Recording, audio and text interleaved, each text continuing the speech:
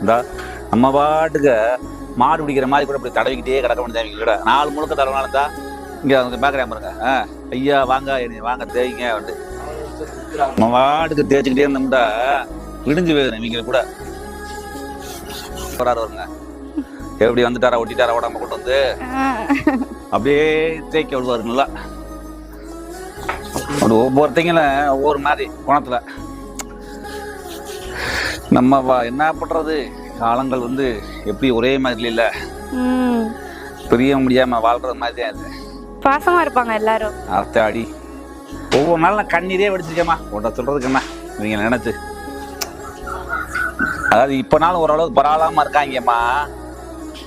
இது இப்ப இந்த அளவுக்கு இருக்காங்கல்ல, இதுக்கு முன்னாடி பாத்தீங்கன்னா இன்னும் வந்து கொஞ்சம் மோசமா இருந்தாங்க சாப்பாடு பத்தாம.